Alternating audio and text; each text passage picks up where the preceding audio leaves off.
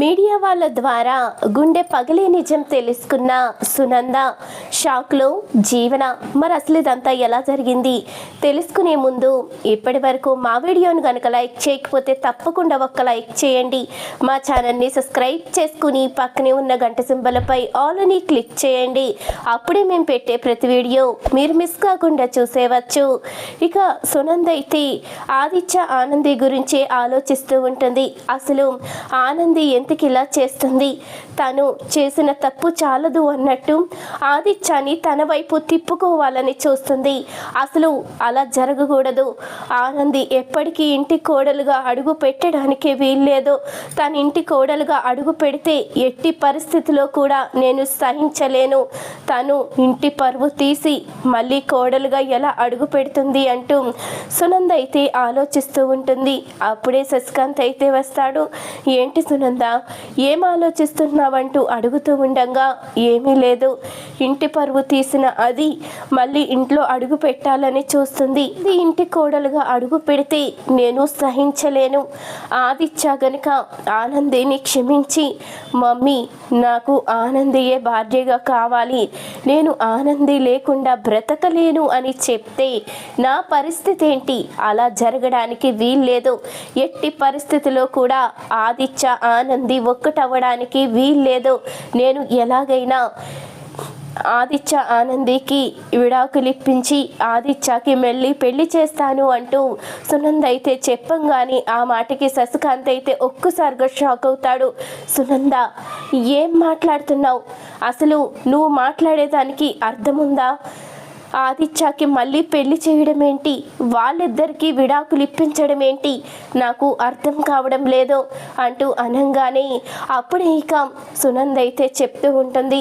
మీకు అర్థం కాకపోవచ్చు, ఆల్రెడీ ఈ విషయం ఆదిత్యతో చెప్పాను, వాడు ఒప్పుకుంటున్నాడు. ఇక ఎట్టి పరిస్థితిలో కూడా లేట్ చేసే అవసరమే లేదు. ఆదిత్యకి వెంటనే మంచి సంబంధం వెతుకుతాను అంటూ సునంద అయితే చెప్తూ ఉంటుంది. ఇక ఈ మాటలు విన్న చైతన్య అయితే చాలా కోపంతో రగిలిపోతూ ఉంటాడు. ఇక ఆలస్యం చేస్తే లాభం లేదు, వదిన ఏ తప్పు చెయ్యలేదు అని నిరూపించాలి, లేకపోతే అమ్మ ఖచ్చితంగా పెళ్లి చేసేలా ఉంది. అమ్మ మాటకి ఎదురు చెప్పలేక, అటు వదిన్ని దూరం చేసుకోలేక అన్న ఏదైనా అఘాయిత్యం చేసుకుంటే అప్పుడు పరిస్థితి ఏంటి? నేను ఏదోటి ఆలోచించాలి అంటూ ఇక చైతన్య అయితే ఆలోచిస్తూ ఉంటాడు.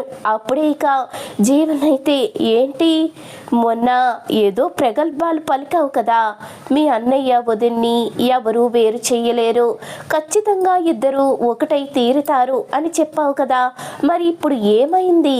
నీ ప్రగల్భాలు ఏమయ్యాయి?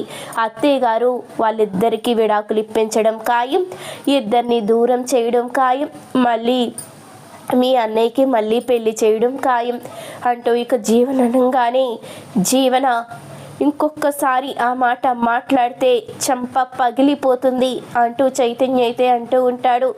నువ్వు చెంప పగలగొట్టినా, నన్ను ఏం చేసినా వాళ్ళిద్దరూ ఇడిపోక మాత్రం తప్పదు అంటూ ఇక జీవన అయితే నవ్వుకుంటూ వెళ్ళిపోతుంది. ఖచ్చితంగా నిజ నిజాలు బయట పెట్టే తీరాలి. నిజాలు గనక బయట పడకపోతే ఈరోజు జీవన అన్నదే నిజమయ్యేలా ఉంది. నేను వెంటనే ఎంక్వైరీ చేయడం మొదలు పెట్టాలి అంటూ చైతన్య అయితే ఎంక్వైరీ చేయడం అయితే మొదలు పెడతాడు. అప్పుడే శ్రీను అయితే కనిపిస్తాడు. శ్రీను, ఏం చేస్తున్నావు అంటూ అనగానే, బాబు మా అమ్మాడి ఏ తప్పు చెయ్యలేదు అని నాకు నమ్మకం కలిగింది. నేను చెప్తున్నాను కదా, మా అమ్మాడి ముందు నుంచే ఏ తప్పు చెయ్యదు, తను చిన్నప్పటి నుంచి నా జిగిరి దోస్తని, తను ఏ తప్పు చెయ్యదని నేను మీడియా వాళ్ళ చుట్టూ తిరుగుతున్నాను. ఎవరు అసలు ఆ రోజు ఫోన్ చేశారో, ఎవరు అమ్మాడి పేరు చెప్పుకుని ఇదంతా చేశారో తెలుసుకోవాలి అంటే ఖచ్చితంగా ఆ రోజు ఆ ఫోన్ లిఫ్ట్ చేసింది ఎవరో వాళ్ళని పట్టుకోవాలి కదా. అందుకనే నా ప్రయత్నం నేను చేస్తున్నాను బాబు. కానీ ఇప్పటి వరకు ఎలాంటి నిజం తెలియలేదు. కానీ వదిలిపెట్టను. మా అమ్మాడి ఎలాంటి తప్పు చెయ్యలేదని నిరూపించి తీరుతాను. ఆదిత్య బాబుని అలాగే అమ్మాడిని ఒకటి చేస్తాను అంటూ ఇక శ్రీను అయితే చెప్తాడు. నేను కూడా అదే పని మీద ఉన్నాను శ్రీను, పద ఇద్దరూ కలిసే తిరుగుదాము అంటూ ఇక చైతన్య అయితే శ్రీనును తీసుకుని వెళ్తాడు. ఇద్దరూ కూడా ఇక మీడియా వాళ్ళ దగ్గరికి అయితే వెళ్తారు. ఇక అక్కడైతే ఎలాంటి నిజం దొరకదు. అప్పుడు ఇక అక్కడ ఉన్న ఒక రిపోర్టర్ అయితే చైతన్యాన్ని కలుసుకుంటాడు. సార్, మీకు కావలసిన ఇన్ఫర్మేషన్ నేను ఇస్తాను, కానీ నేను మీకు ఇన్ఫర్మేషన్ ఇచ్చానని మాత్రం బయట పెట్టొద్దు, ఎందుకంటే నా ఉద్యోగం ఊడిపోతుంది. మేము నిజం బయట పెట్టడానికి వీల్లేదని ఆల్రెడీ వార్నింగ్ వచ్చింది. అందుకనే మీకు ఈ విషయం చాలా అవసరమని అర్థమైంది. 2 జీవితాలు నిలబెట్టాలి అంటే ఈ విషయం బయటపడాలి, కాబట్టి మీకు ఈ విషయాన్ని చెప్తున్నాను అంటూ అనగానే, మీ పేరు బయటికి రాకుండా చూసుకునే బాధ్యత మాది, ముందు నిజం చెప్పండి అంటూ అనగానే, రోజు ఫోన్ చేసింది ఎవరో నాకు కూడా తెలియదు, కానీ వాయిస్ రికార్డింగ్ అయితే ఉంది, అది వింటే మీరు ఖచ్చితంగా గుర్తుపడతారు కదా, ఆ ఫోన్ కాల్ చేసింది ఎవరో కూడా మీకు తెలుస్తుంది కదా అంటూ అనగానే, మీరు ఆ వాయిస్ వినిపించండి, నేను గుర్తుపడతాను అంటూ చైతన్య అయితే చెప్తూ ఉంటాడు. అప్పుడే ఇక రిపోర్టర్ అయితే వాయిస్ రికార్డింగ్ బయట పెట్టేసరికి ఇక జీవన్ వాయిస్ అయితే వినిపిస్తుంది. ఇక చైతన్యకైతే చాలా కోపం వస్తుంది. అనుకున్నాను జీవన, ఇదంతా నువ్వే చేసుంటావు అని, కానీ ఇప్పటి వరకు ఎలాంటి సాక్ష్యాలు నాకు దొరకలేదు.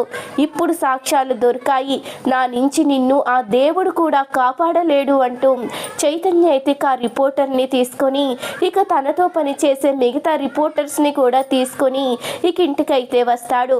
ఇక మీడియా వాళ్ళని చూసిన సునంద అయితే మళ్ళీ ఏం జరిగింది, మీడియా వాళ్ళు ఎందుకు వచ్చారు అంటూ అడుగుతూ ఉండగా, ఏం జరిగిందో నేను తెలిసేలా చేస్తాను మమ్మీ, వదిన తప్పు చేసిందనే కదా నువ్వు ఇంట్లోంచి బయటికి పంపించేశావు, అన్నయ్యకి మళ్ళీ పెళ్లి చెయ్యాలి అనుకుంటున్నావు, నువ్వు ఎంత తప్పు చేశావో నీకు అర్థమయ్యేలా చెయ్యాలి కదా, అందుకనే తీసుకువచ్చాను అంటూ మీడియా అతని దగ్గరున్న వాయిస్ రికార్డింగ్ అయితే బయట పెట్టిస్తాడు చైతన్య.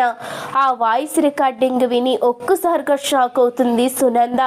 ఇప్పటికైనా నిజాలేంటో తెలుసుకున్నావా, వదిన ఏ తప్పు చెయ్యలేదు అని అర్థమైందా, అసలు దేవత లాంటి వదినని మెడ పట్టుకుని బయటికి గెంటేశావు, వదిన గురించి తెలిసి కూడా నువ్వు అపార్థం చేసుకున్నావు, అన్నయ్యకి వదినకి విడాకులు ఇప్పించి మళ్ళీ పెళ్లి చెయ్యాలని చూసావు, ఈ నిజం ఇప్పుడు బయటపడింది గనక సరిపోయింది, ఒకవేళ నిజంగానే వాళ్ళిద్దరికి విడాకులు ఇప్పించి అన్నయ్యకి మళ్ళీ పెళ్లి చేసిన తర్వాత ఈ నిజం బయటపడితే అప్పుడు మన పరిస్థితి ఏంటి, అన్నయ్య పరిస్థితి ఏంటి, అన్నయ్యకి వదనంటే ప్రాణం, అలాగే నువ్వు కూడా ప్రాణం, నీ మాట కాదనలేక వదిన్ని దూరం చేసుకున్నాడు తప్ప అన్నయ్య మనసులోంచి మాత్రం వదిన బయటికి పోలేదు, ఆ విషయం ఇప్పటికైనా గుర్తు పెట్టుకో, వదిన ఏ తప్పు చెయ్యలేదని తెలుసుకో అంటూ చైతన్య అనంగానే ఆ మాటకి సునంద అయితే ఒక్కసారిగా కుప్ప కూలిపోతుంది.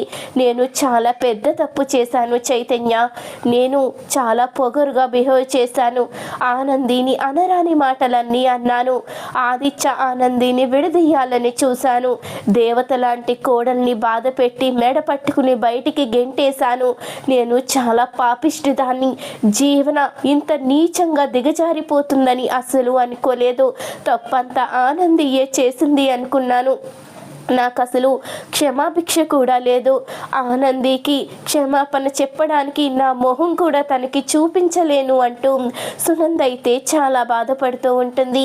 ఇంతలో అప్పుడే ఇక ఈ మాటలన్నీ విన్న జీవన్ అయితే షాక్లో ఉండిపోతుంది. అమ్మో, నిజాలన్నీ బయటపడిపోయాయి, ఇప్పుడు చైతన్య నా దగ్గరికి వస్తే నన్ను చంపేస్తాడు, బ్రతకనివ్వడు, అత్తయ్య గారు కూడా నన్ను ప్రాణాలతో ఉండనివ్వరు, ఈ విషయం గనక మా అమ్మా నాన్నకి తెలిస్తే ఎట్టి పరిస్థితిలో నన్ను బ్రతకనివ్వరు, ఇప్పుడు ఏం చెయ్యాలి అంటూ జీవన్ అయితే షాక్లో ఉండిపోతుంది. ఈ వీడియో కనుక మీకు నచ్చినట్లయితే తప్పకుండా ఒక లైక్ చేయండి, మా ఛానల్ని సబ్స్క్రైబ్ చేసుకుని పక్కనే ఉన్న గంట సింబల్పై ఆల్ అని క్లిక్ చేయండి, అప్పుడే మేం పెట్టే ప్రతి వీడియో మీరు మిస్ కాకుండా చూసేవచ్చు.